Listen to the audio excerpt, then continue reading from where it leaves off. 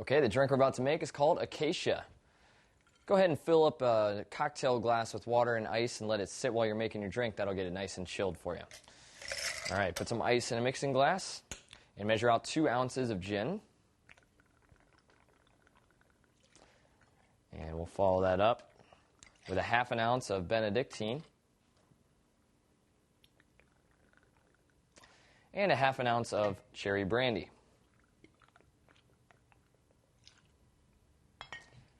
Finally, give it a teaspoon of lime juice. And mix it up. Give it a good shake.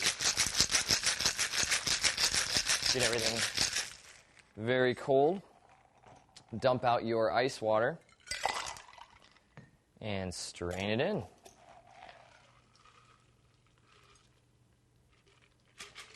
That's all there is to it. That is Acacia. Bottoms up.